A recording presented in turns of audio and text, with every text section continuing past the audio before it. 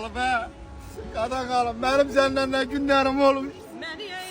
Məni qoyvara getsə. Dəmirinə qurban olub. Səndən mənim nə tələbəliyim olub. Nə dağlar aşır. Ha ne olub yenə? Niyə ağlayırsan? Satıram bunu. Ayrılamıram onu. Niyə satırsan ki? Pul lazımdır ha. Niyə satıram? Ha mən ölmüşəm. Ne olur?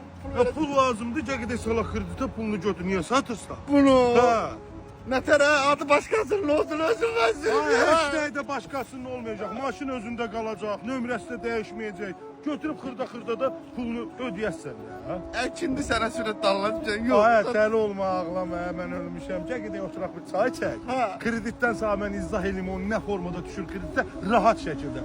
Özün deyəsən ki, mən çox naxaq ağladım. Haqqı deyirsən. Valla. Mən də pis elədin, sənələ gəl gedək, gəl. Valla Ay, şəkildə. başı satıram. Satmayacağım satasan. Rahat şəkildə pulunu götürəsən nə qədər lazımdır verəcəm. Sataqsan sən. Niyə belə gitsə maşın orada qal? Etməyə də söz götürsün, gəl. Ha, yaxşı.